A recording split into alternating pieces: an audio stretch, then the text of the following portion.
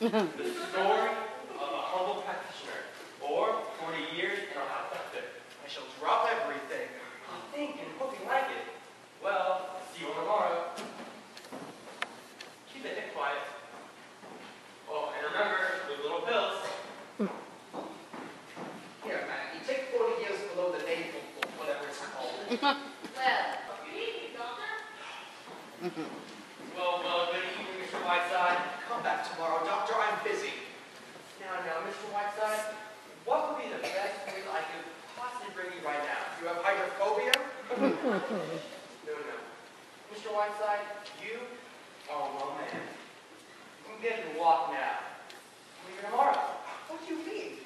Well, Mr. Whiteside, I took a second look at the x-rays. You know what? I've been looking at the wrong x-rays. I've been looking at Miss Moffat's x-rays. You are perfectly, absolutely well. Lower your voice, will you? What's the matter, please? Delighted, naturally. This is an unexpected bit of news. It comes at a curious time. Dr. Bradley, I have some good news for you, too. I'm reading your book, 40 years, what is it? 40 years hot doctor. I consider it to be one of the great literary contributions of our time. Mr. Whiteside. So strongly do I feel about it that I have a proposition to make to you. Just here and there, the book is a little uneven and a little rough.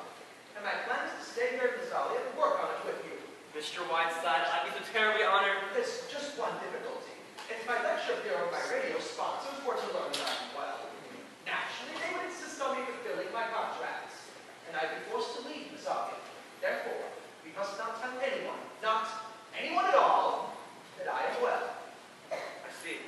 Not even Miss Cuthbert, do you understand? I understand, not so. Not even my wife. That's fine. So, Mr. Whiteside, work. So when do we start? Tonight? I have one patient left who's dying, and then I'll be absolutely free. Tomorrow morning's fine. Excuse me, this is a transatlantic call.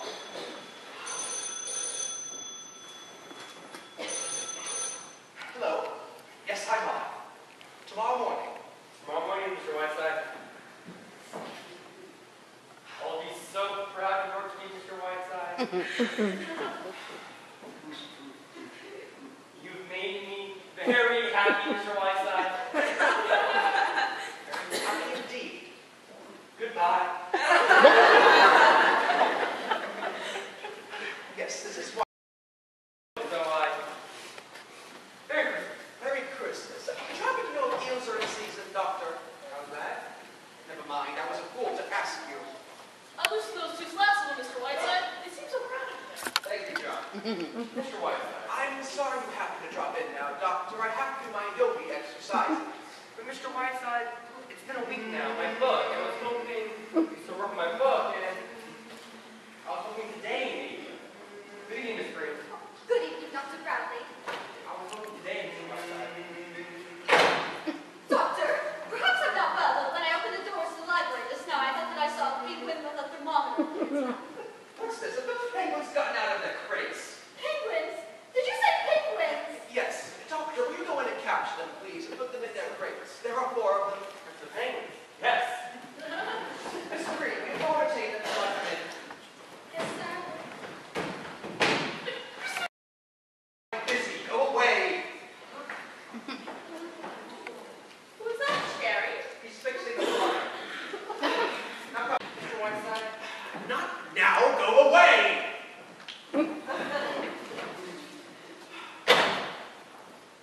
Have you kidnapped someone, Sherry? I'm waiting in the kitchen for Mr.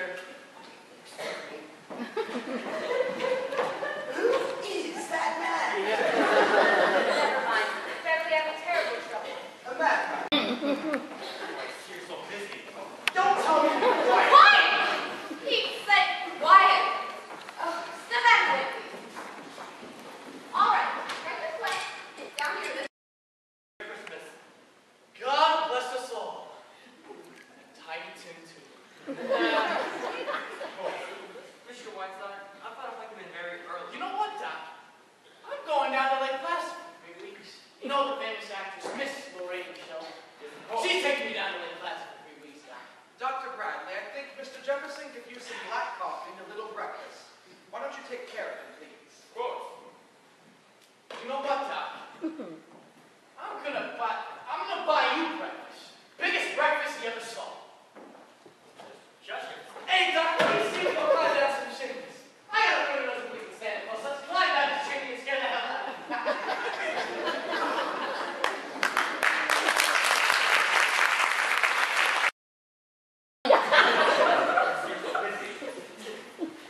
Pardon me. I've written a new chapter on the left kidney. Is that the cover again, Sherry? I wonder when Bert's going to get to. Are you very busy? Yes, Doctor, very busy. But if you're ever in New York, just try and find me. Goodbye, Maggie. I love you very much. Sherry, you're wonderful. Nonsense. Goodbye, Mr. Jefferson. You'll never know the trouble you've caused. Goodbye, Mr. Whiteside. Goodbye, Mr. Stanley. I'd like to hear that in the near future, your daughter is married to a young man, and that your son has been permitted to follow his own bent. Or else.